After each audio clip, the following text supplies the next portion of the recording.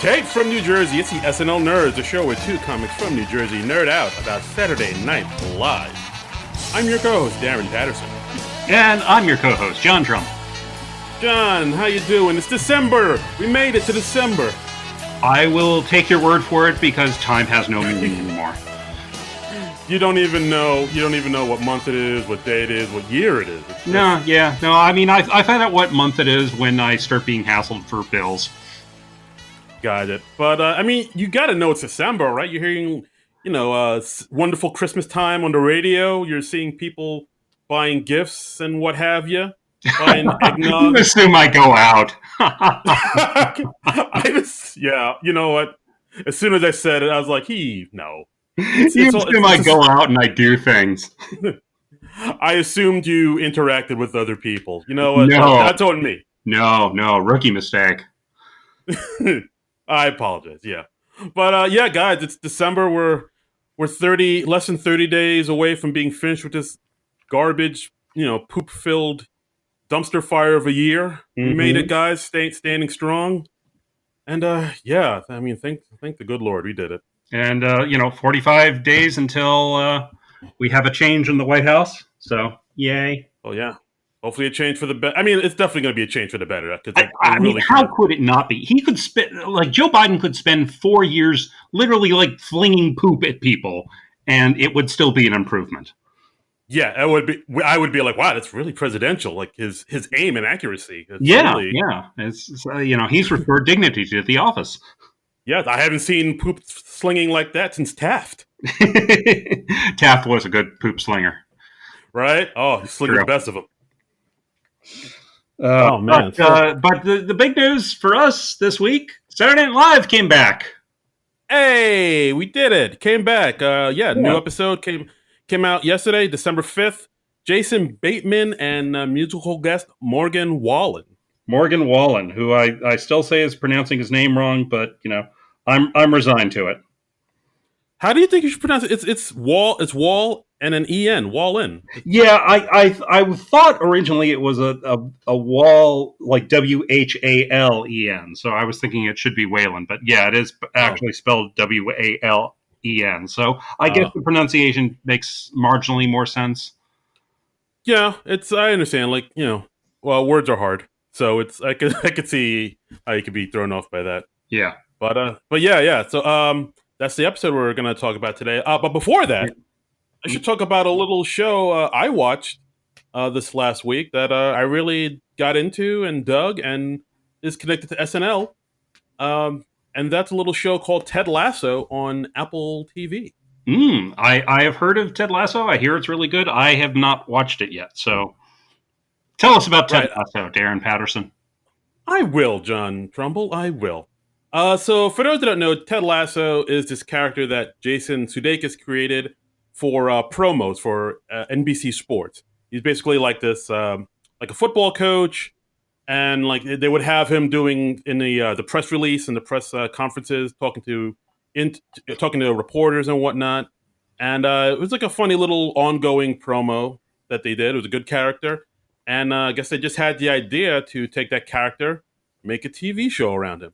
So Sudeikis got together with Bill Lawrence, who, if you don't, you definitely know his sitcoms. He was the co-creator of Spin City, Scrubs, and Cougar Town, and they made this show, Ted Lasso. And when I first heard about it, I was kind of whatever about it. Like, I was interested in it, but then I heard it was going to be on Apple TV. Then I was like, oh, I gotta download another streaming service and just to watch this, and pay whatever just to watch this. Like, I'm done, because right now I have Netflix, I have Amazon, Disney Plus, and Hulu, and right now I feel like that's enough. Like, I don't just going to the lengths of downloading yet another streaming service. I didn't know if it was worth it, but I'd seen a lot of people on my Facebook timeline and on Twitter saying, "Yo, Ted Lasso is really good. Check it out. It's really good. It's really good." And I don't know, just this past week, I was like, "Yeah, you know what? Let me give this Ted Lasso a shot and see what all the hubbub is about." And yeah, sure enough, I really dug it. It really wasn't what I was expecting it to be. Yeah, it's really good. All right, so the basic premise of it is um, Ted Lasso, played by Jason Sudeikis. He's kind of like a small time college football coach, and he's had some success with his team. Like they've gone to win the I don't know what college football teams like what the big game is. Like they won the big championship sweepstakes or whatever it's called. Yeah, it's a sweepstakes. Well, Yeah, yeah, sweepstakes. They that's won the big exactly sweep. right. Yeah. Yes, they won the big sweepstakes, Ed and McMahon comes like to their front door with a giant check. Yes.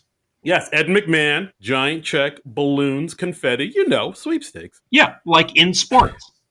Yes, yeah, exactly. It was that except for sports ball. Hmm. So he has like some success, even though he's kind of like low level, but he's mostly well known for like a viral video that went wild because like after they won, he did like the celebratory dance with his team, and like you could see his dance moves were straight out of What's Up with That when he was the running man. Like he Hmm. has those same moves. So he's more known for that viral video than it's for like his coaching skills. So what happens is he gets offered a job as a manager for an English Premier Soccer League, AFC Richmond, over in London, England.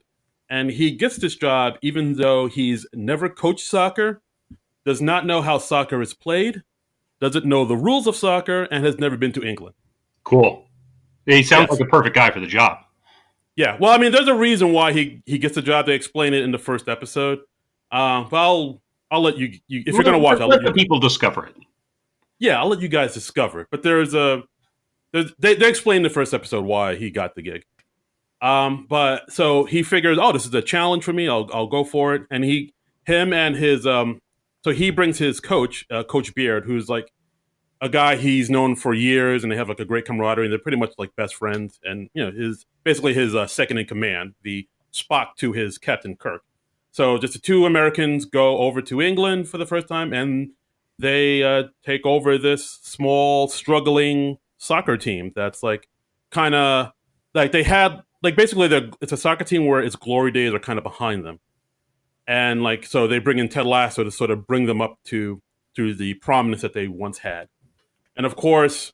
Ted Lasso, Jason Sudeikis does a really good job with this character because his like when you first see him and look at him, you think he's like just dumb dopey American because Ted Lasso, his character is like very positive. He's always smiling. He's very chatty and like he's kind of a man of honor, and he has that Southern accent. So automatically people think he's kind of a rube, like a dopey yokel, like and I kind of thought that too. I thought like with the show, it was going to be like it's a a fish out of water American in the UK, dumb, silly, dopey American, like a dumb American type.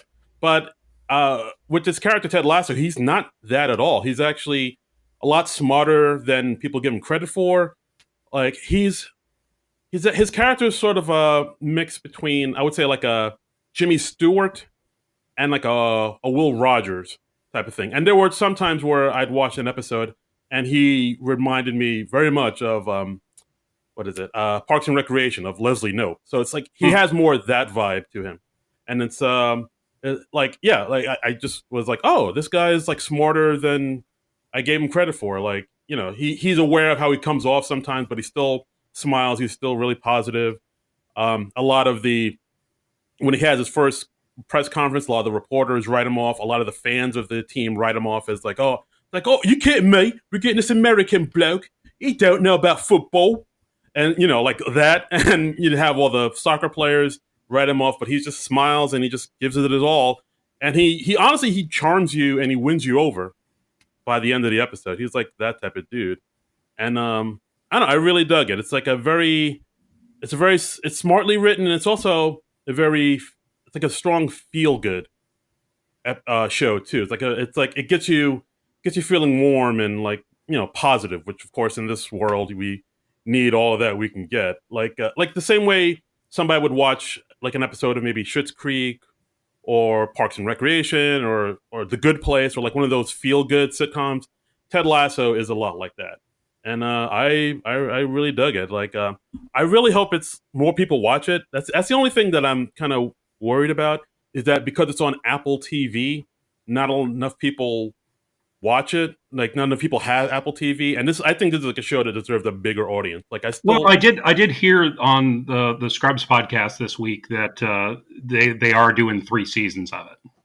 yes, yeah, So, it did get renewed for a season 2 and 3, but I don't know. Like I kind of get vibes of like Party Down or even maybe AP Bio, which is on Peacock, and Party Down, of mhm. course, was on Stars, where those are both really good shows that deserve a bigger audience, but because they're on these networks that not a lot of people have, not a lot of people know how to get, and it maybe not, I might not be getting the eyes and the audience that it deserves.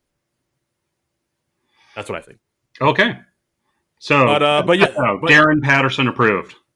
yes, I think it's a great show. One thing I also noticed too that caught my eye and made me chuckle is that whenever there's a scene of somebody using a phone or on a computer, you can best believe it's going to be an Apple phone or an Apple computer, and you can best believe you will see that Apple logo. Like if you did a shot for every time you saw the Apple logo on some device somebody was using, you'd be like plowed by episode 3.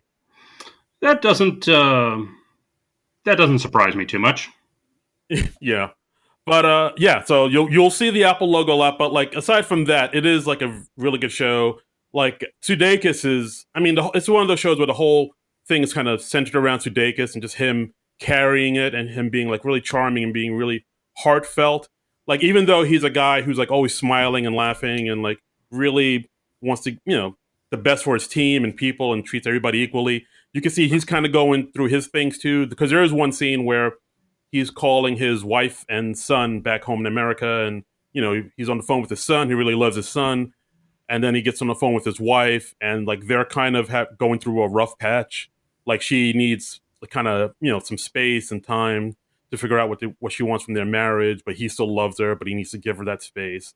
So there are a lot of like very heartfelt moments in it too, and I don't know. It's just a really good mix of just heartfelt warmth, just like positive attitude, and genuinely funny stuff. Like, guys, watch Ted Lasso. I can't recommend it enough. Okay, so that was our Ted Lasso podcast for the week. So Yes, please join us next week. We'll talk more about Ted Lasso. yes. Thank you for coming to my TED Talk. Huh? So Jason Bateman, Morgan Wallen. Let's do it. Jason Wallen. Bateman, Morgan Wallen on SNL. This was season 46, episode 7, aired December 5th, 2020. So yeah, this was interesting. It's Jason Bateman coming back to host for the first time in 15 years. He last hosted in 2015, back during the Arrested Development days. And we have Morgan Wallen coming in after the whole kerfluffle a couple of months ago when he was supposed to be on the Bill Burr episode. Yes, both of those things that they mentioned in this episode. Mm-hmm. Both are addressed. So shall we get into it? We shall get into it. Okay, so first off, we have the Michigan hearings cold open, which is just kind of covering some of the insanity that we've had in the weeks since the election, where President Orange Baby Man is refusing to concede, and he's filing all sorts of lawsuits, and Rudy Giuliani is just getting progressively more insane by the day. Absolutely. And I think you tweeted out about this a couple days ago, where we knew we were going to see the Melissa Carone character, and I think we were trying to figure out who would play Melissa Carone. Yeah, because like I thought it would be like, oh, it's probably either going to be like Heidi or Kate. And as soon as I tweeted that, I was like, oh wait, no, it can't be Kate because Kate needs to play Rudy. Yeah, I thought it might be Chloe, but then it wasn't. But then you tweeted out something saying, well, yeah, you go ahead and you said you tweeted it. Well, I don't have the tweet in front of me. I can't remember what the exact thing I tweeted. I just was like, this is an ideal character for Cecily Strong. I really hope she comes back to the show this week. And lo and behold, she did. I mean, because Melissa Carone, if you have watched the footage of her, she is basically Cecily's character, the girl you wish you hadn't started a conversation with at a party. I mean, there is hardly any difference between the two. Yeah, it was pretty spot. She was just like doing that character, but just a little bit more drunken slurring throughout. Yeah, yeah. I mean, both of those, just the malaprops and the drunken slurring, those are all just right in Cecily Strong's wheelhouse. So I was very pleasantly surprised to see that she played the character because I thought it was kind of a no brainer, and she did a great job because again, Yeah, your wheelhouse. yeah. There was even one point where the Melissa Caron character, they said, "Oh, I signed an after David," Yeah. and I was like, "That is straight up something that the girl you wish you wouldn't have gotten a blah blah blah blah blah blah blah would say." Yes. Like, but yeah, I mean, as far as cold opens goes, I wasn't too wild about this one. I don't know. I don't know. You give your thoughts first, and I'll follow up. Also, not too wild about it. I mean, it just seemed like they were trying to cover a lot of the insanity the last few weeks. We had Heidi popping up as a woman who's testifying that she ate ballots. We had Beck Bennett playing Mike Liddell, the My Pillow guy, who's a big Trump supporter, and we had the ever increasing insanity of Kate McKinnon as Rudy Giuliani, who just becomes more of this weird troll man every time he pops up. Yeah, it was. I mean, this. I don't know. I thought this cold open was a bit of a miss. Not a bit of Yeah. a miss. I thought it was a pretty huge. I mean, for one thing, like the audience didn't seem to be into it. Like the audience was kind of quiet throughout a lot of it. Not a lot of response from the audience, no. And I feel like it was also going off in a whole lot of different directions. Towards the end, we've got Chloe as Nicole Kidman's character from The Undoing. So now suddenly we're talking about Nicole Kidman's accent in this project that I honestly have not even heard of. Um, and then they Yeah, have like Pete and I mean, Kyle I knew. pop up as the militia guys who were trying to kidnap the governor. And yeah, it was just going off in a lot of different directions. Yeah, like I mean, SNL has done this before, where they just like put in like a lot of ideas into one sketch, and Mm-hmm. it's kind of like it kind of reminds me of like when you're channel surfing, looking for something you like. It seems like they're just putting in a bunch of different things, hoping people just like it. Like oh, you don't like this Rudy Giuliani? Where here's Cecily Strong doing Melissa Caron. Oh, you don't like that? Here's the My Pillow guy. You don't like that? Here's Heidi. You don't like that? Oh, here's Alex Moffat talking about aliens for some reason. Oh, you don't like that? Here's Chloe doing her Nicole Kidman impression from a TV show you may or may not have seen. Like it just seemed like they were just Yeah. going from one thing to another thing to another thing, just hoping And, something will hit. and I just kind of wanted to go like, guys, you don't have to talk about every single thing that's happened since you've been off the air. You can let a couple things go. It's like we're gonna get this thing into this sketch, even though it has no connection with what the sketch is ostensibly about. So it just, yeah, it's a weird kind of meandering sketch. Yeah, and then they had Lauren Holt in there, the new cast member. She had no lines at all. She did That was stay weird. live from New York at Saturday night, though, and I'm sure that Yeah, had to be a thrill for her. I mean, she got to say yeah, it with Kate and Cecily, but still, it's got to be a real thrill when you're a new cast member and you get to say that for the very first time. yeah. I guess so. I guess that's fun. But like, I don't know. The whole sketch was just there to react off of Rudy Giuliani's farting, and it was weird. Like I thought, like because like that was a big thing too about like, oh, did Rudy Giuliani fart through this court, this court thing? Mhm. And I thought they would do something with that, but all they did was have the fart noise, and then Rudy Giuliani say, "Oh no, that wasn't me, that was her." Right. And that was a joke. That was it. I was like, really? That's all you? That's all you got? I was like, ew. Yeah. So, not the greatest cold open they've ever done. But next, Right. next we have our host. We have Jason Bateman who comes out and he does his monologue. And I really like Jason Bateman. I've been a fan of his. I guess I really became a big time fan of his on Arrested Development. Although I have fond memories of watching him as a kid on Silver Spoons and It's Your Move. Do you remember those shows? Silver Spoons, I do. It's Your Move. I kind of do. Kind of, but not really. Yeah, Actually, it no. only ran for maybe a year or two. It was like because he was like the breakout character on Silver Spoons because he was Ricky Schroeder's best friend, and then he got this. It wasn't a spinoff. He was playing a different character on It's Your Move, but he was like this young con man, and he was being raised by a single mother, and then the guy, I can't remember the guy's name.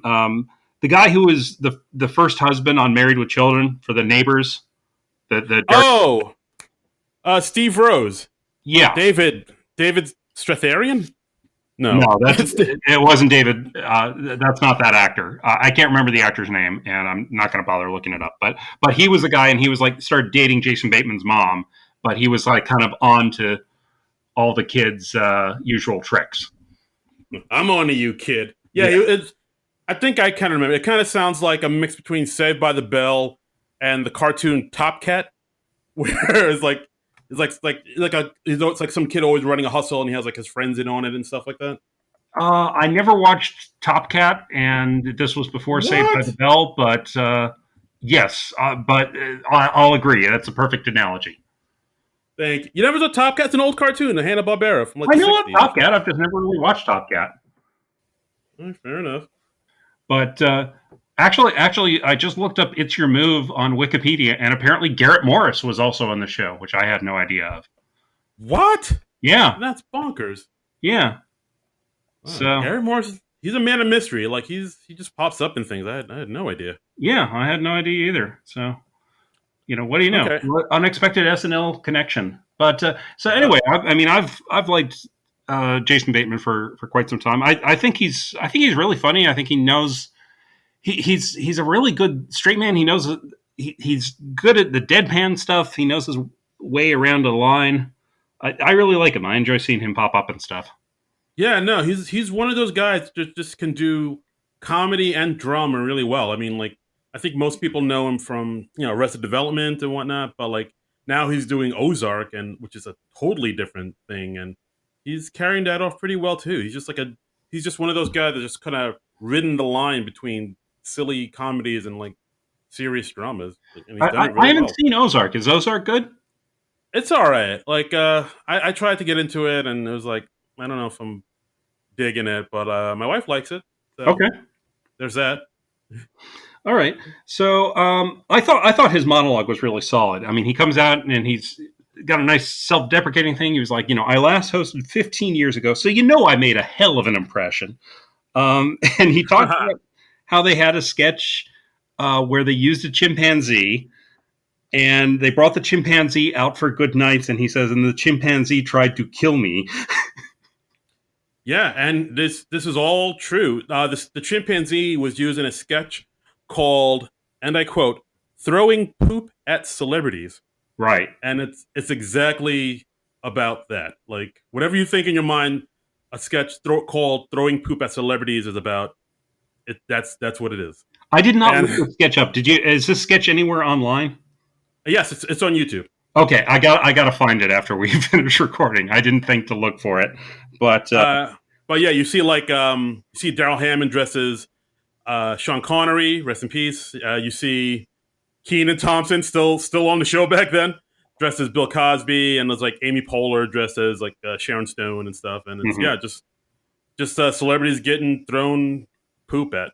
Exactly what it says on the tin. Okay. Yep, right. Um, As advertised. but he talks about they brought the monkey out for good nights, and then Jason Bateman like kind of leans into the chimpanzee, and he says the chimpanzee like took that as a threat and like kind of took a swipe at him or tried to bite him.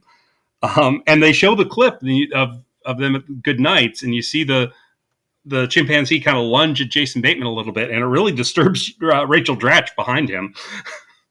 Yeah, Rachel Dratch got freaked out. She was like, "Oh my god, am I about to see a murder right now?" Yeah. She actually commented on it on Twitter. I saw. She was like, "Yeah, I learned that you'd never fuck with the monkey." Yeah, they look cute So, and cuddly, but not so much. yeah.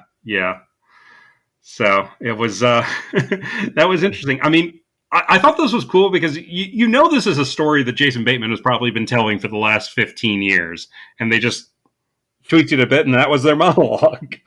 Yeah, and then Jason goes on to say, after that little incident, he heard that the monkey felt sorry and wanted to apologize. So I went Mhm. backstage and had a the monkey kind of hugged me and told me, like, he didn't tell me, but he showed he was very sorry and remorseful for what he did. And that there was a very sweet moment. And then he just waits a beat and he says, so later on, I had the monkey destroyed later that night. Right. Is, It was my choice. Lessons have to be learned. And he just does it perfectly deadpan. I mean, that's why Jason Bateman is so damn funny, is he could just say the most absurd stuff with the straightest face. And it's hilarious. He's great. lessons had to be learned. Yeah. I love that. Yeah, like the monologue I dug because Yeah. just that line he said. Like I was like, all right, I'm on board. Okay. Yeah. And then at the very end of the monologue, he just very quickly says, like, the monkey's still alive, just so they don't get letters. Because there's some humor handicapped person out there who's just like, "How dare you destroy a monkey, sir?" and blah blah blah. And yeah. They joked about killing monkeys. No, I don't think so. that's not right, you guys. You shouldn't kill a monkey for a monologue. Right. Monkeys aren't here for your humor, for your jokes. That's right. They have rich inner lives. So I thought this was a good monologue. I thought this got the show back on track. Right, exactly. I dug the monologue. I loved it. Okay. So next, first sketch is Sleepover 2. This was kind of a callback to a sketch that they did before with Adam Driver back in January with a bunch of teenage girls having a sleepover. And Jason Bateman comes in as the dad, and he awkwardly explains that one of the girls left a period stain on one of the couch cushions, and then they panicked and put the entire cushion in their washing machine. The washing machine flooded. There were suds everywhere. Then they tried to put it in the dryer, and then like the feathers exploded out, I think. And then Kate McKinnon as Megan comes in covered in suds and feathers, and she's trying to play it like, "Oh my gosh, who did this horrible thing?" Right. It's basically hits the same beats as the sketch from when Adam Driver hosted. And yeah, I rewatched the Adam Driver sketch. It is like basically beat for beat the same sketch. They just vary up a few things. I mean, this time she's covered in suds and feathers, which I think that was good. I think if they're going to revisit this again, have her covered in even more things. Yes, that's what comedy is. Just covered in things. I mean, I thought this worked better than the Adam Driver sketch, just because I think Bateman was a little bit more apt with the comedy, a little bit more like his deadpan was a little bit funnier. I think at one point Megan says, "Oh, it wasn't me because I wear monster tamps." Yeah, that's just funny phrasing, and I really liked when Jason Bateman, when she starts going into this explanation about her, her whole situation. He just says, "I'd sure love less details." I mean, that was just a great, that's a great way to phrase it. I mean, in a more cliched sketch, you'd have just like, "Oh, a little too much information," or TMI. Right. But that was a more clever way to phrase it, and he just delivered it beautifully. Yeah, like the way he said it, just like it reminded me of like maybe the way like his character would have said it in Arrested Development too. Like where she keeps going on about like how she wears leather underwear and stuff like that. And he just says just a little less detail would just be dynamite. Yeah. And at one point he pulls Megan aside to see if she wants to confess privately, and Megan just blurts out, I'd like to make love to both you and your wife, because her sexuality is like 50-50 at this point, and this would really help her figure things out. And then ultimately everyone else in the party is just so embarrassed for Megan that they confess that they did it. It's very I Am Spartacus. Yeah, exactly. And then of course she goes on to say other things like just tell the hot dad which one of you Kill Bill'd his living room. Yeah, just phrases like that. And again, like the audience isn't giving much in this sketch. Like, I rewatched the Adam Driver sketch, and even though I agree with you, this version was funnier.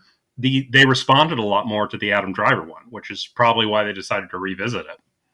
Yeah, I mean, there's one sketch later on we'll talk about where like the audience is just like eerily quiet, and even I was like, "Oh, come on, guys, this is nothing." Just we'll get into it. Nothing, really? Yeah. Like, I mean, I'm not one to blame the audience, but like once that sketch came on, I was like, all right, this audience sucks. Yeah. Okay. I said it. Come at me. Darren, not a fan of tonight's audience. Right. I'm not afraid. Next, we had a pre-tape. Which what was the name of this one?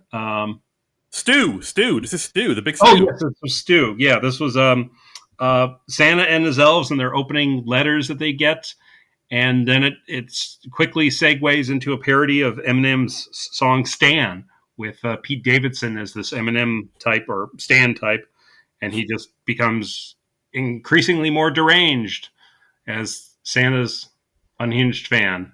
Yeah, I mean, this is the role Pete Davidson was born to play, as far Yeah, as I'm concerned. very, very suited for Pete Davidson. And we also have Kate McKinnon popping up as Dido, and then Bowen Yang as Elton John, which was a surprise. Right, because I mean, that was a nod to when Elton John and Eminem performed at the Grammys, because that's like back when there was that huge controversy about like Eminem being homophobic and in his lyrics and whatnot, and Right. gay people everywhere was really upset. And then he did the song with Elton John, and like that seemed to have cooled things over for a little bit. Uh huh. And but yeah, like I mean, I thought it's a really interesting idea for a sketch. I like the idea of it. Basically, where like you said, we have elves reading Santa, played by Bateman. You know, letters from the kids, and then this one elf reads a letter, and he's very disturbed by it. And Santa's like, "Oh, read the letter out loud." And then he's like, "I don't know if I should say it." And then he begins reading it, and then it goes into, "Dear Santa," like basically just a straight up carbon copy parody of Eminem's "Stan." Yeah. Yeah, and he's talking about how much he wants a PS5, and then like I like how that we later find out that Elton John also wants a PS5. That's how popular they are. They're a big deal. The PS5s. Yeah. I have noticed that. And yeah, I thought the sketch was pretty good. Like Yeah. And then a cameo from the real Eminem at the end. yeah. At the very end of it, we see. I mean, he's in the sketch, like, but like I guess he's at home, and then they have like the Yeah. TV is on him, and then he says, "Oh wow, I got a PS5 from Santa. Wow, I didn't even ask for this." Yeah, because the way Santa gets out of it, he just writes Stu back, and he's like, "Oh, sorry, you have the wrong address," and just to get Yeah. him to stop. Yeah, I like that. I like that little twist too, where it, like you said, like where it had Santa writing back to him, and he just says, wrong address, bro. Sorry, not Yeah. me." I like that little twist of that. Mm-hmm. Um, Well, yeah, this was all right. I mean, very out of left field, but I kind of enjoyed it because it was so bizarre. yeah, it was a good. I mean, it seems to be the one that's like trending right now. A lot of people talking about it. Uh-huh. I'm sure a part of it has to do with nostalgia and like remembering how big that song was back in the day. But I don't know. I mean, it was also like it's a solid concept. I don't know. I dug this. I dug the sketch. I thought it was good. Yeah. All right. So next we have Outdoor Cabaret, which was Bowen and Cecily as cabaret singers. They're performing outdoors because we're in the age of COVID, and Jason Bateman was their keyboard player, who seems to be the only one who's taking the pandemic stuff seriously because he's in a face mask and all that, and it's the difficulties that they have doing outdoor performing. Right. I mean, one of the things I liked about this sketch was it takes place at the duplex, Mm-hmm. which if you're a native New Yorker or you've been to New York, that's an actual place. That's like a really well known cabaret venue, like in the West Village, like not too far from I think it's like in the West Village. It's like a really well known venue. So them giving a shout out to the duplex, I thought was like pretty nice. Mm-hmm. And I thought it was also interesting that Cecily Strong's character, Billy Moon, was very much a Liza Minnelli type. She's basically just doing a Liza Minnelli impression. So I was like, well, this must have been giving Jason like Arrested Development flashbacks because Liza Minnelli Lucille too on that show. I didn't even think about that. Holy smokes. Yeah. That's right. And they sing like this sort of medley of "Come On, Get Happy" and "Happy Days Are Here Again." And I wasn't nuts about it as a sketch, though, but they seem to be enjoying themselves. Yeah. At least they're happy. Yeah. Yeah, I kind of agree. I mean, this sketch was more, heartfelt and charming than it was actually funny. Hmm. I thought, like, I mean, at one point they say something like, "Oh, the best way to celebrate the first responders and show them how much we care, the people who are telling us to stay indoors. Best way to celebrate them is to go outside and sing." Yeah. Yeah, I mean, stuff like that. It's yeah, I mean, yeah, I thought the sketch was all right. It's charming. It's actually it's real. The best part I thought of it was Cecily and Bowen singing. Hmm. I really got a kick out of that. They both got pipes, as the kids say. Yeah, I mean, they're both good singers. I thought the performances really elevated this stuff. I thought the sketch itself was kind of weak, but I thought the performances were charming enough that I didn't mind it. Yeah, I agree, totally agree. And of course, the duplex, them giving a shout out to them, that as a native New Yorker, I got a kick out of that. Okay, But we get yeah, you're from New York. have I mentioned I'm from New York All City, right, John? fine. I'm very cosmopolitan. Okay, okay. Uh, next, we had the Christmas conversation, which was just several people, several daughters calling their mothers on Zoom, telling them that they can't come home for Christmas because of the whole COVID-19 thing, and the Yeah. mothers giving them guilt trips. Right. So it's basically Lauren Holt FaceTiming her mom, played by Heidi. It's Ego FaceTiming her mom, played by Punky Johnson, which Hmm. I thought Punky's like probably younger than her, but yeah, well, whatever. Yeah. And yeah, we'll play it off. And Chloe FaceTiming her mom, played by Kate McKinnon.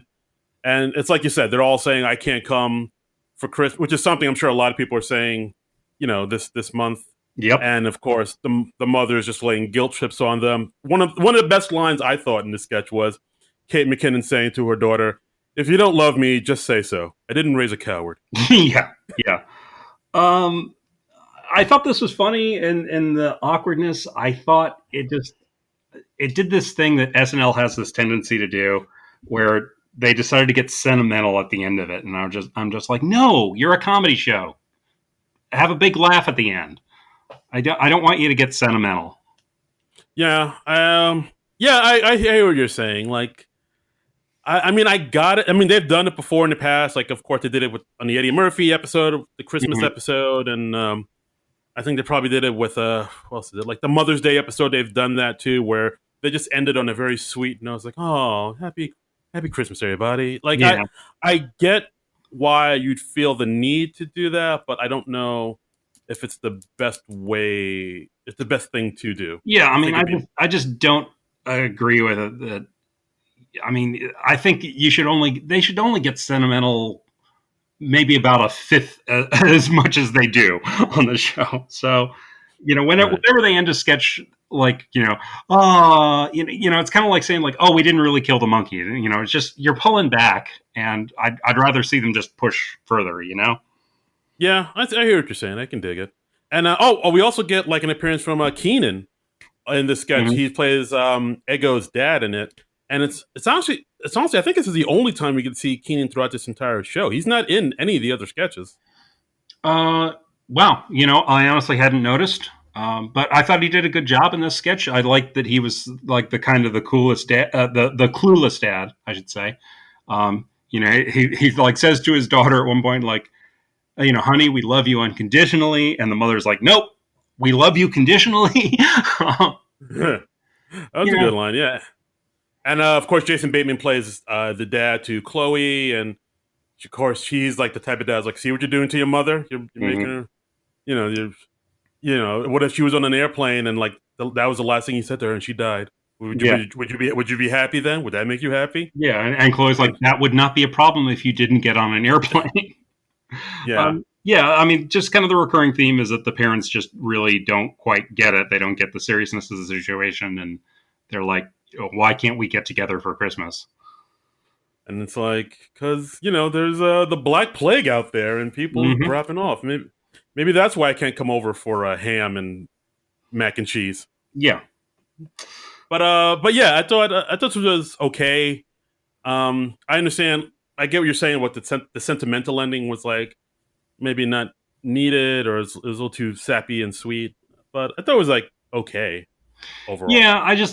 I think half the time when they do a sentimental ending, it just kind of it it screws up what came before. There was a sketch they did. I think it was a Christmas show when Jimmy Fallon was hosting, and he and Cecily Strong did a parody of that song, "Baby It's Cold Outside." But the twist was, like they get together and they have a one night stand, and he can't wait for her to get out of his apartment the next morning. And it was really funny. And then at the very end, they went with the sentimental ending, and they were like, "Oh no, but we actually like each other and we're in love now." And I'm just like, "Oh well, that just ruins the whole thing, guys."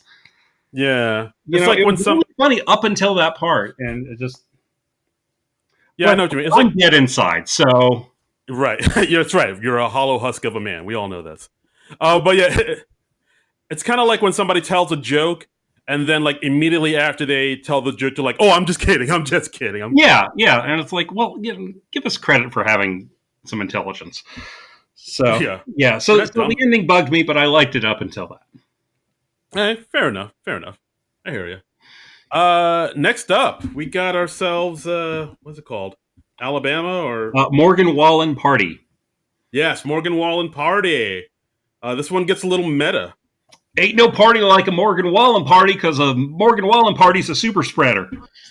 Oh, I like that. I see what you did there. Yeah, I just came up with that. So this was kind of commenting on the whole situation that happened a couple months ago when Morgan Wallen was supposed to be the musical guest on the Bill Burr show. He was announced, and then early in the week, footage comes out of him at a party, I think after one of his shows in Alabama. Yeah, and he's just not practicing any social distancing. He's not masked. It was just bad. it was not good. Yeah. So he was uninvited to the show, and then they got Jack White as a last minute substitute, and he kicked ass. He was way better. I'm gonna say it right now, way better. Yeah. But this was kind of a funny thing. So this is like flashing back to that night, that party night, and Morgan Wallen's like, "Oh, Chloe Feynman comes up to him and she's like, 'Hey, can we make out?' And he's like, 'Well, okay, but if you don't post it on social media.' And she's like, 'Oh, don't worry, just TikTok.'" Yeah, exactly. So we have the real Morgan Wallen in this sketch, and I never realized it. He looks a lot like Shia LaBeouf. Am I the only one to think that or say that?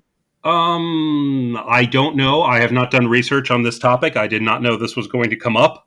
That's right. That's right. Gotcha journalism at its finest, right here. I didn't make that connection.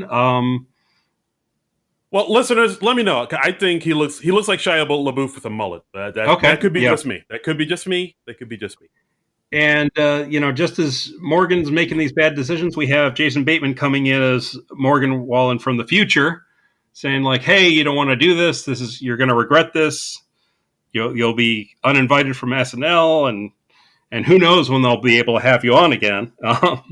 Yeah, like because he said, and then Morgan from then says like, "Well, hey, I told her not to put this on online or social media or anything." And then of course Jason Bateman was like, "Well, yeah, I know. I thought that was an airtight approach as well, my friend, but yeah, apparently she goes and does it, and then Lauren has to kick you off the show." Yeah. And then, of course, they say, "Oh, Lauren." Then I think the Morgan Wallen says, "Oh, well, Lauren wouldn't do that. He wouldn't kick me off the show." And then Jason Bateman's Morgan Wallen says, "Oh, no, Lauren wouldn't do that. He ain't no puss. He's a goddamn man. He's got balls the size of Toyotas." You're right. And then it comes out that the Morgan Wallen that Jason Bateman is playing is actually from only 1 month in the future, because Morgan says like, "Hey, whatever happened with the whole coronavirus thing?" And he's like, "Well, I don't know, because I'm from only 1 month in the future." And he's like, "Yeah, it's been a tough month." Just kind of making a joke about how much older Jason Bateman looks than Morgan Wallen, because Jason Bateman's a man in his 40s and Morgan Wallen is not, I'm presuming. He's a young buck, as the kids say. Yeah. And then we get a little more twisted. We have Bowen Yang coming in as Morgan from 2 months in the future. Bowen Yang playing Morgan Wallen. And that was such a wonderfully bizarre touch. I enjoyed it. Yeah, once he came in as Morgan Wallen, I was like, all right, we're in Silly Town. All right, I'll go along with this. We are in Silly Town. There was a weird kind of technical screw up where like Jason Bateman was speaking, and then the camera was off him for a really long time.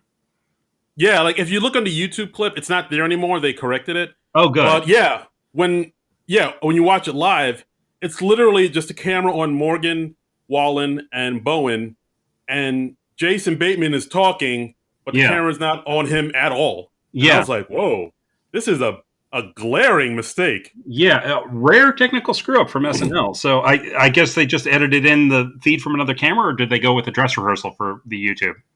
I'm not sure, but yeah, if you look on the YouTube, it's you can see it's they took that part out and they put in the right camera angle. Okay, well, I'm glad they fixed that. Um, Right. and I liked that they also said, hey, they'll have you on 2 months from now. Not many people are willing to fly to New York right now. So, Yeah, that seems like we're getting like a little peek behind the curtain right now. yeah, they might be having a little trouble booking the guests. Oh boy. So All right. So yeah, who knows? God. I enjoyed the sketch just because it was kind of off the wall, and I kind of like that they addressed the whole kerfluffle from a couple months ago. Yeah, and like at the end, they have him singing to the camera the song called "Focus on the Future," and he says, "Thank you for giving this Southern boy a second Yankee chance."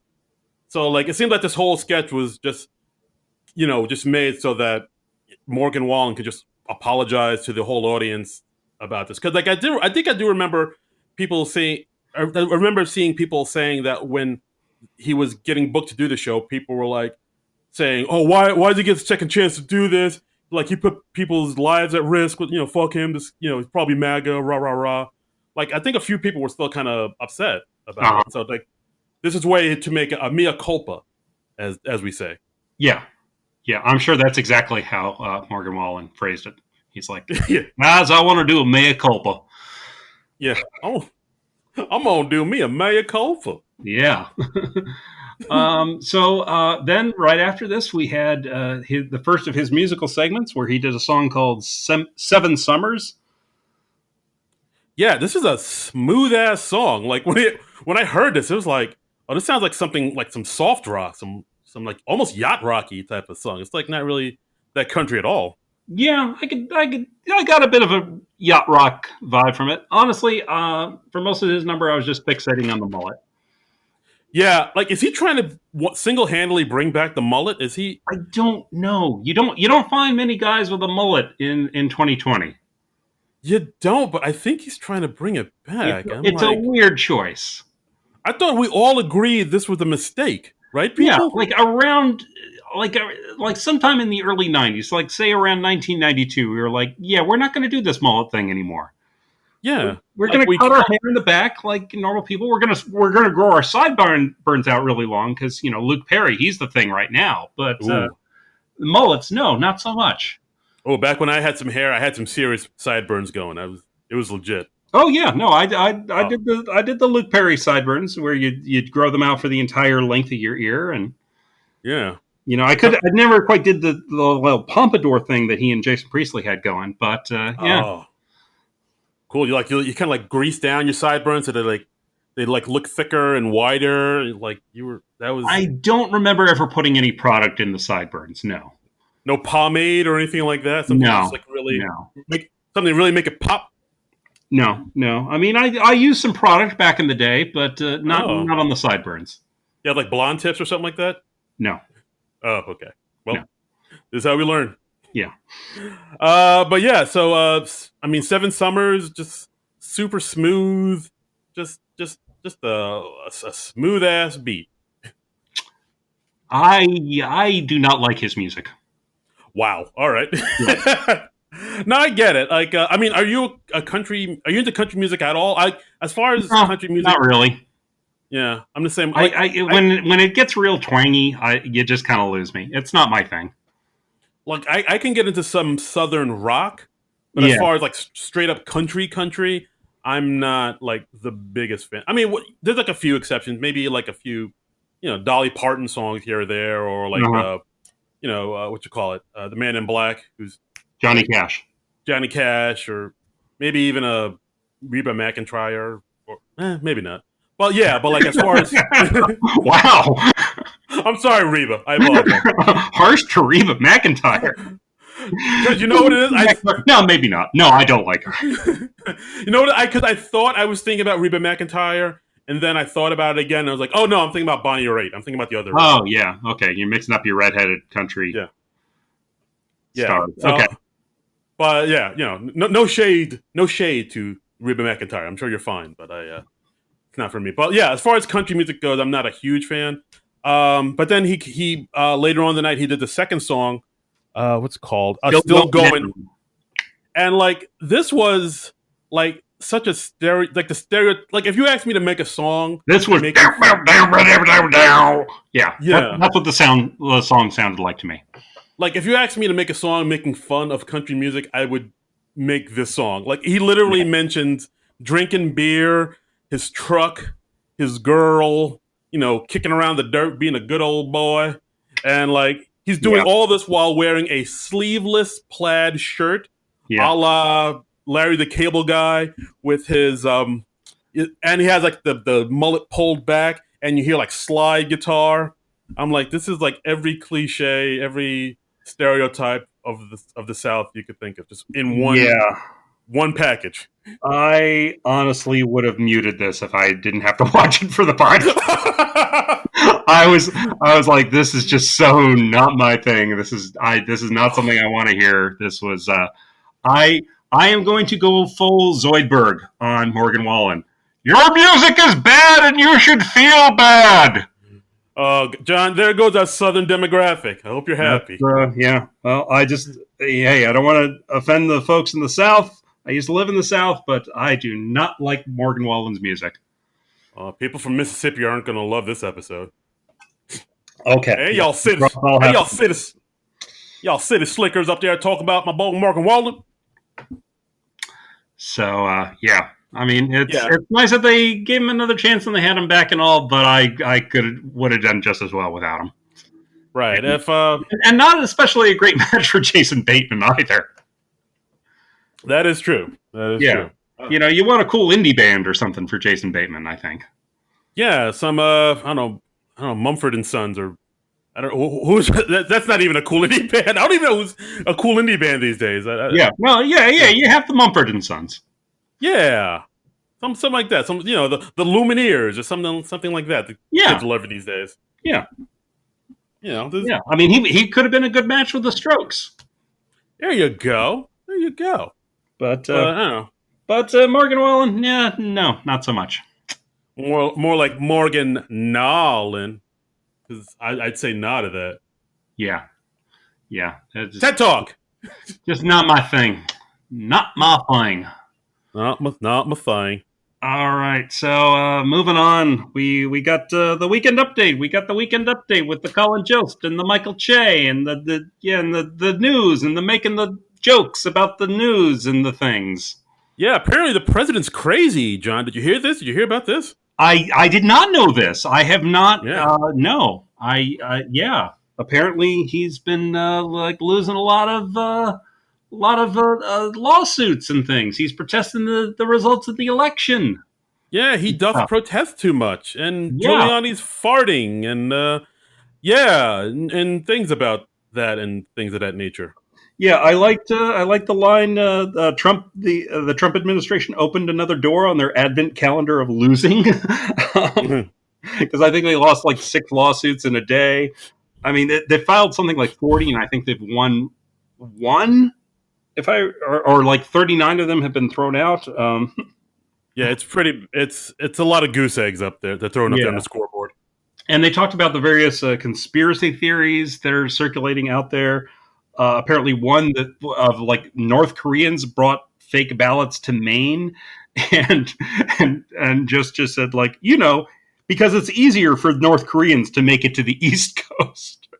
Yeah, which that was good. That was a good line. Very well delivered by Colin. That was good. Hey, look at you giving props to Colin Jost. I try to. When he does something I like, I try to give the devil his due. All right, there you go. Yeah, see, look, wow. See, 2021 we're already starting off on a good foot. Yeah, exactly. All right. New year, new us. Yeah, exactly. Um, Yeah, go ahead. well, no, I was gonna say then we had Pete Davidson come in as one of the commentators. Yes, actually, before that, I was going to talk Oh, about Michael Che talking about the vaccine. all He had right. a line there. He was talking about. He was saying like, hey, on one hand, I'm black, so I don't trust it, but on the other, I'm on a white TV show, so I might actually get the real one. That's a solid joke. That's a great joke. That's a great joke, man. I heard that. I was like, I got a good laugh at that. I was like, Mm-hmm. Che, you done it again. You done it again, Shay. Uh, Oh, we like the Michael Che here. we do. But All yes, next, as we said, Pete Davidson talking about some COVID-19 protests on Staten Island, and Pete Davidson, I guess, is like the designated Staten Island correspondent. So yeah. Even though Colin Jost is also from Staten Island, but yeah, I guess right. it just kind of lands on Pete's shoulder because he had the movie King of Staten Island. So Mm-hmm. yeah, so basically, for those who don't know, there's a bar out in Staten Island that is kind of protesting the whole shutdown. Like all, hold on, let me see if I can find it. But it's like it's becoming a big deal out there where like they refuse to shut down. They're still serving people. I think they designated themselves as autonomous zone. Oh yeah, here it is. So as that happened, like they just refused to comply with the rules, and because they're in a part of Staten Island that's like the second highest in all of New York, they like the cops are like saying, hey, you got to shut down or you got to like have outdoor dining, and they're just like, nope, we're in an autonomous zone. We do what we want. We do what we want. And so the cops came and arrested the owner. Do what I want. I do what I want. So then the cops came in, arrested the owner, and people were like, this is unjust. This is just like the Holocaust. And then like the Proud Boys came in, and it's just basically just a lot of people kicking up a lot of dust over something that could just be solved quite easily if you just follow the rules. And like, why can't they follow the rules? And it's so a big dumb. We are it's a so it's a dumb. yeah, it's a big old gross mess. It's just people kind of wanted to paint themselves as victims where they don't have. I don't know. I don't want to get off on a tangent here. Yeah. But and then somehow over the course of this segment, the 3.5 minute segment, Pete Davidson also brings up that there are Pete Davidson vibrators out there. Which is an actual thing. It's an actual thing. It's being sold on Etsy apparently, and so hey, if that's your dream, if you've always wanted a Pete Davidson vibrator, go to Etsy. Go to town there. Yeah. It's actually selling out really fast right now. Like I looked at it, it's like they're like low in stock. Okay. So I mean, I look for this podcast. That's why. Okay. No, I'm not judging. I'm not judging. Like I was just doing research. I was doing research for the podcast. I'm not. Okay. Hey, I mean, because podcast. Right. Sure. Okay. Oh, it's so hot in here. Did you go into incognito mode before you did that Google search for the Pete Davidson vibrators? I wore a fake mustache and a trench coat and sunglasses. That's not what incognito mode means. It's not? Well, that's what I did. No. Okay. Yeah, that's gonna affect your search results for the next few weeks, I think. Oh, damn it. All right. Well, you enjoy that. I'm going to have to clear my browser history, aren't I? I look forward to hearing what sort of ads you start getting. Oh, boy. He also, towards the end, he talked about how apparently there's been a big online brouhaha because he's doing a stage reading of It's a Wonderful Life for charity, and he's playing George Bailey. And Pete Davidson's like, hey, if they were doing a live action remake, I agree, I would be wrong for this, but I am doing this for charity. And, it's a thing they asked me to do. And and he also said, It's a Wonderful Life. It's an old-timey movie about a guy who's suicidal. I'm famously depressed and I have the complexion of someone in a black and white movie. Funny line. It is. Like I've said time and time again, like Pete Davidson's at his best when he's just him talking to the camera. It's kind of like Leslie Jones, where they're at their best when they're just being themselves, doing their act, or just telling jokes to the camera. They're so-so in sketches, but times like this is where they really shine. Yeah, well, it's because of the stand-up background. That's their comfort zone. Right, absolutely. I mean, I like this part. I like like I said, like when Pete kind of talks, I do kind of feel like they are doing a thing where they kind of keep Pete on just so he can do these segments and just kind of talk about his life and Yeah, things of that nature. Like they've done this before, like with the whole Ariana Grande thing, and what he said about the that dude with the one eye. Like it seems right. like whatever happens to Pete in the tabloids is like fodder for the next Yeah, SNL yeah. segment I he's mean, on. or he comes on, he says something outrageous, then he comes on the next week and apologizes for the outrageous thing he said, and yeah, I mean, they've learned how to use Pete pretty well. Absolutely. Next, we had Heidi returning as teen movie critic Bailey Gismert. And this time, because she's been quarantined, she's watching old movies like Forrest Gump and American Beauty and Silence of the Lambs. And I feel so very, very old. Yeah, like because like Michael Che says, "Oh, you watch old movies like Casablanca and stuff," and Mm-hmm. she's like, "No, like old movies like Forrest Gump," and like her big thing is her saying, "Oh, you can't do that anymore." Right. Like this is one of the times where I noticed the audience was something was up with them, where she was saying like, "Oh, like I watched Forrest Gump, and like I didn't know." Like Tom Hanks had like trouble when he was younger. Like I Right. didn't He know had to he was. overcome a lot. She thinks that, yeah, because she only knows Tom Hanks from David Pumpkins. Yeah, exactly. And then Che says, "Oh no, he was acting. He's not Yeah, like he, that." he doesn't have those mental difficulties. Yeah, and then Bailey was like, "Oh, you can't do that anymore. Like they should have gotten somebody who's an actual Mm, Forrest Gump to play that part." right. I could you could hear the audience just tightening up at that point. a, Like a, they were a lot real of buttocks were being clenched at that moment. like Yes. they were so uncomfortable with that. But like if you listen to what she's saying, she's actually being progressive and woke. She's saying the same thing people say now about how like people with disabilities shouldn't be played by people without them. They should be played by people with disabilities. That's all she's Right. saying, but it's in a joke form. So people were just like, oh, I don't know if I could laugh at that. It Yeah. was Yeah. really interesting. Yeah. So this is the point where you turned on the audience and you were like, "Oh, come on, people." Yeah, because like I thought that was a solid point he was making, and but then there's another sketch. I think it's the next sketch where we'll talk about it. Okay. But Okay. We'll get into it.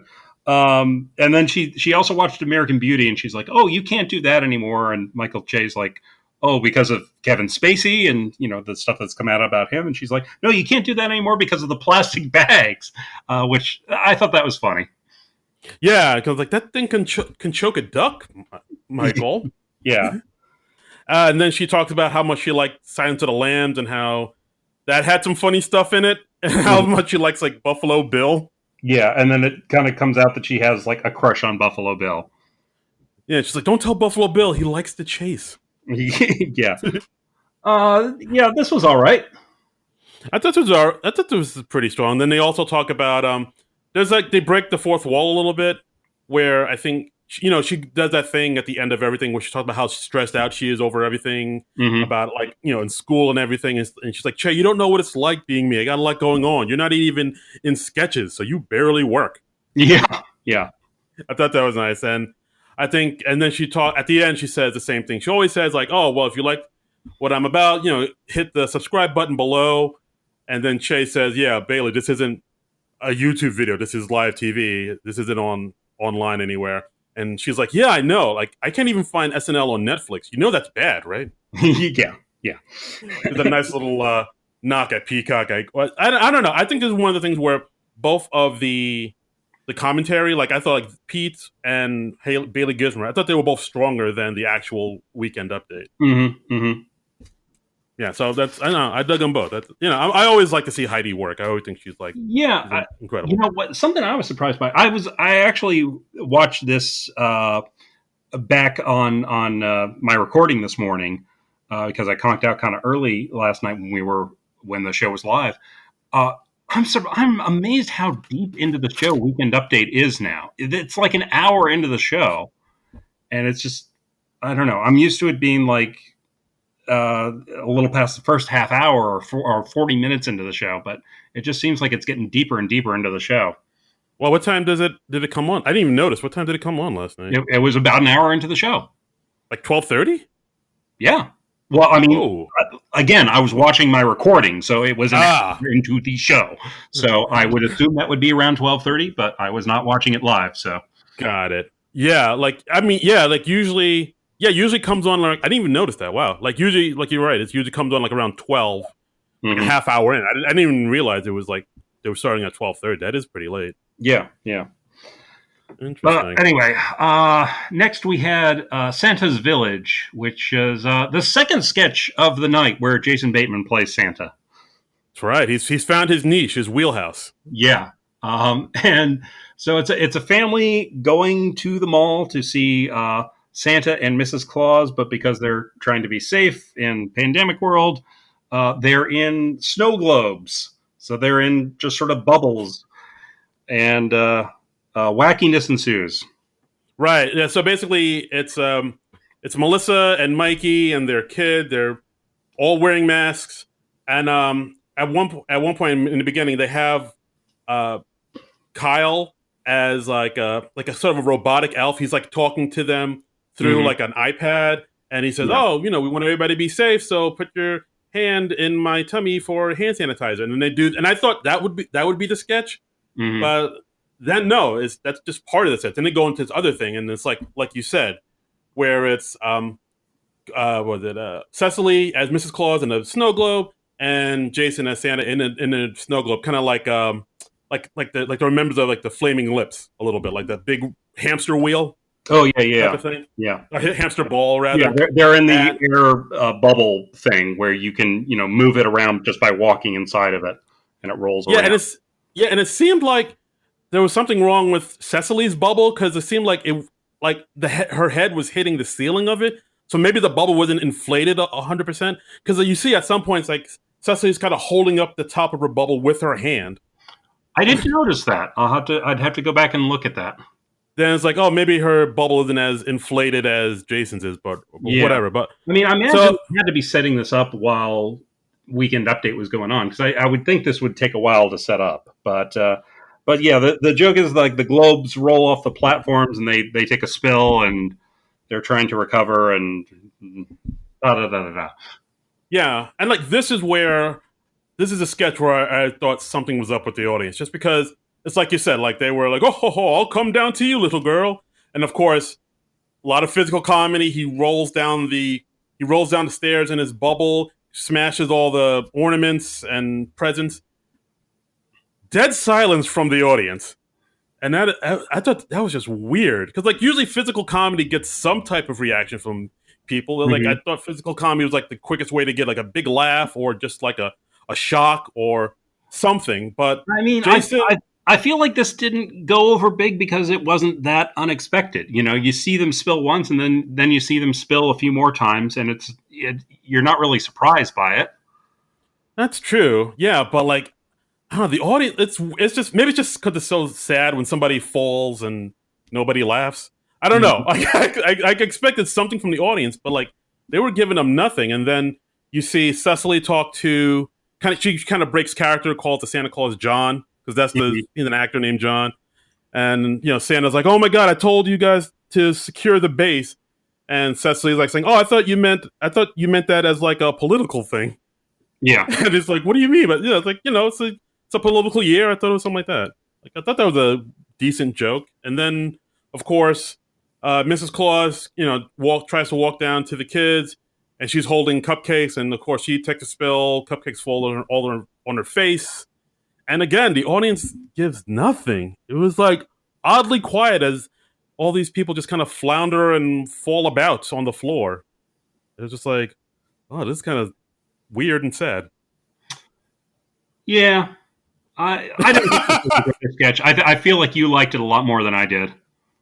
I mean, no, I thought it was okay, but like I'm just saying, like usually when there is some type of physical comedy or something, like somebody falls or smashed through a wall or something, usually there's like a gasp from the audience, or they're just like, oh my God, like some type of reaction from the audience, like whenever any type of physical stuff happens. But the audience just looked at it and was like, oh, okay, and it's like they weren't shocked by it or amused by it. They were just like indifferent to it.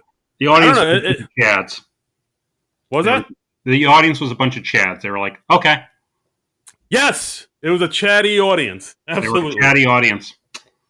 And that's pretty much the sketch. It's like at one point we see Mikey and Melissa try to walk up to the guys in the snow globe, trying to take a picture with them, and of course they still fall around. At one point, Cecily literally rolls over Mikey Day with her hamster ball, and it's like just them like it's all physical comedy, and like it didn't get much of a reaction from a lot of people in the audience.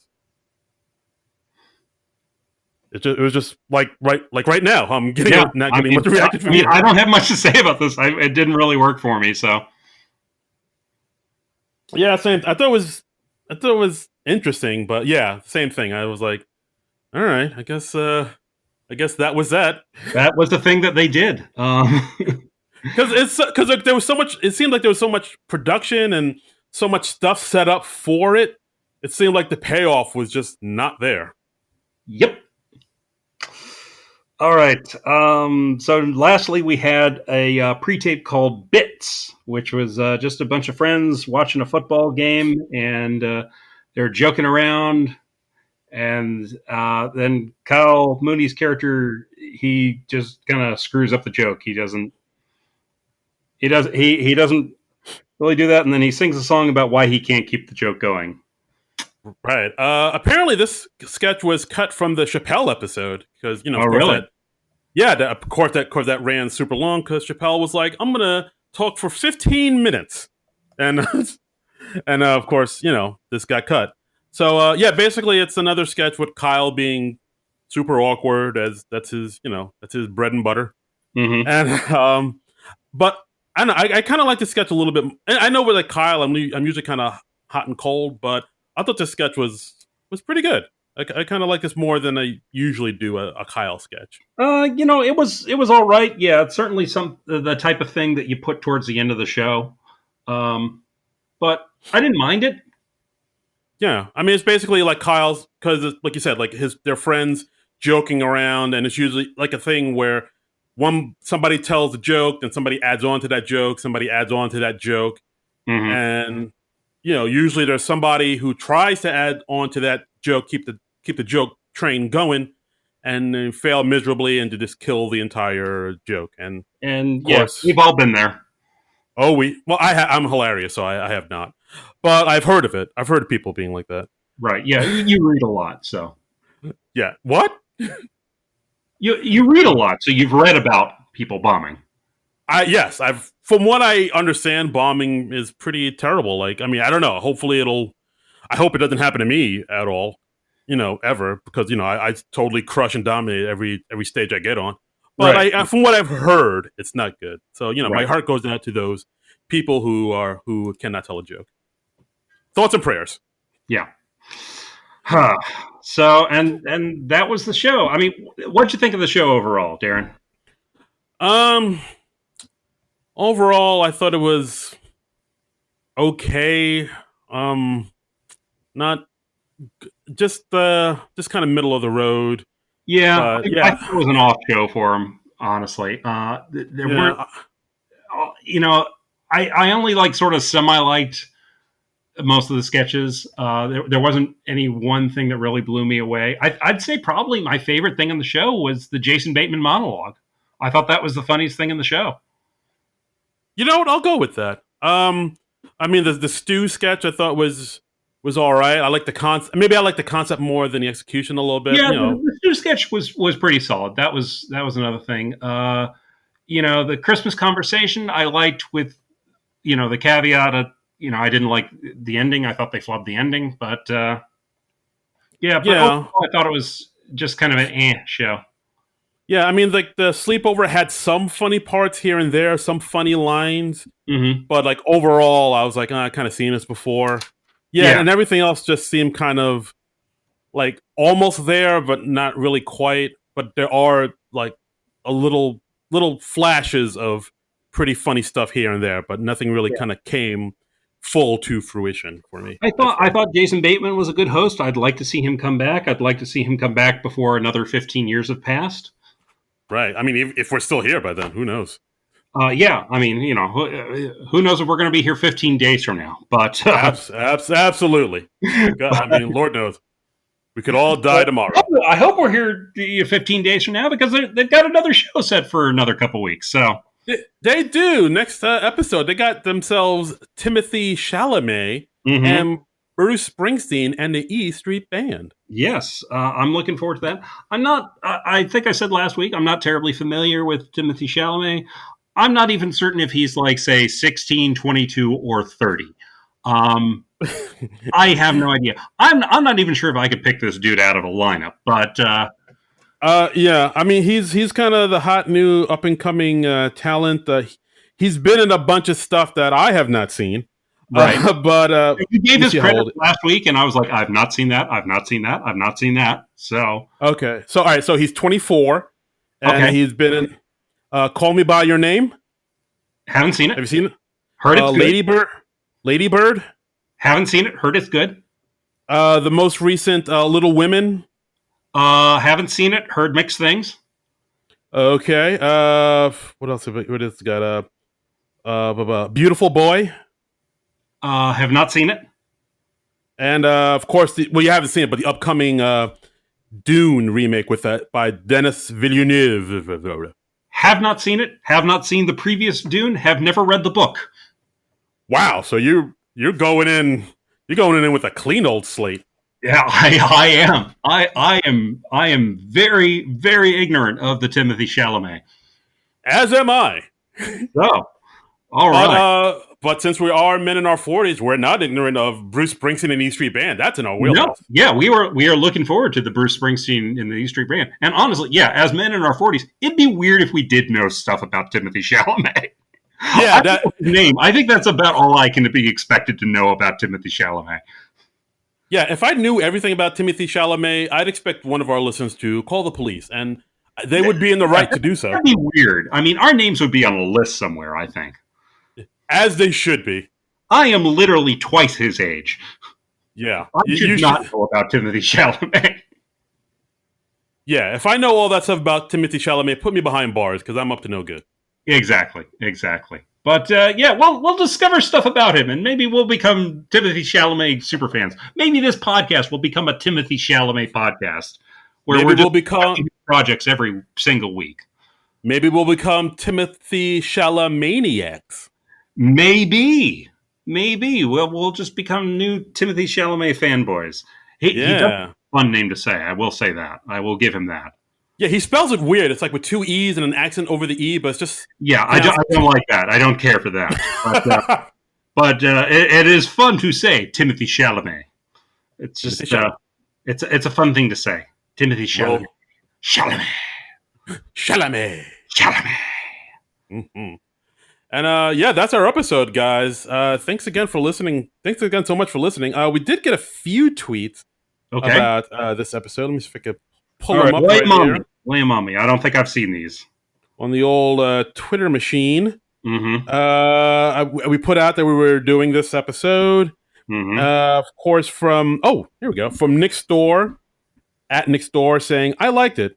Watching it straight after the Hemsworth episode felt more like a pre-Trump era. No cameos. That's another thing we should mention. There was no cameos in the cold open, which we haven't seen in a while. Yeah, I hadn't thought about, but that's very nice. Yeah, a cold open with just the cast members. What? I know. That's crazy enough. It just might work. Yeah, no cameos. Good use of most of the cast. Chris and Keenan are out, and Alex is still woefully underused. The first sketch proper was the worst.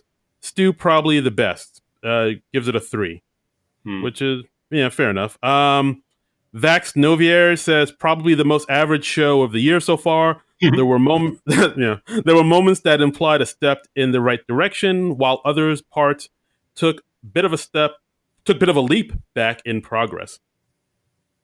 And then, of course, we had our friend of the show, Ruby the Rube, saying that, asking if it was better or worse than his 2005 episode.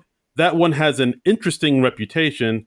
And of course, she was referring to the monkeys throwing poop at celebrities, which you can see on YouTube. But I thought she was referencing, there was another sketch on that episode called Gays in Space.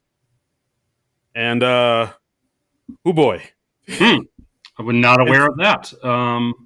It's exactly what you think it is. Yeah, I didn't go back and revisit the older Jason Bateman episode. Could go back and watch some of those sketches, I suppose, if I didn't have all my Jason Bateman needs met by this episode. Yeah, like I said, I thought it was kind of an off episode. It was really nice to see Cecily back in the studio with the rest of the cast, because I'd really missed her on the show because she wasn't on the show very much.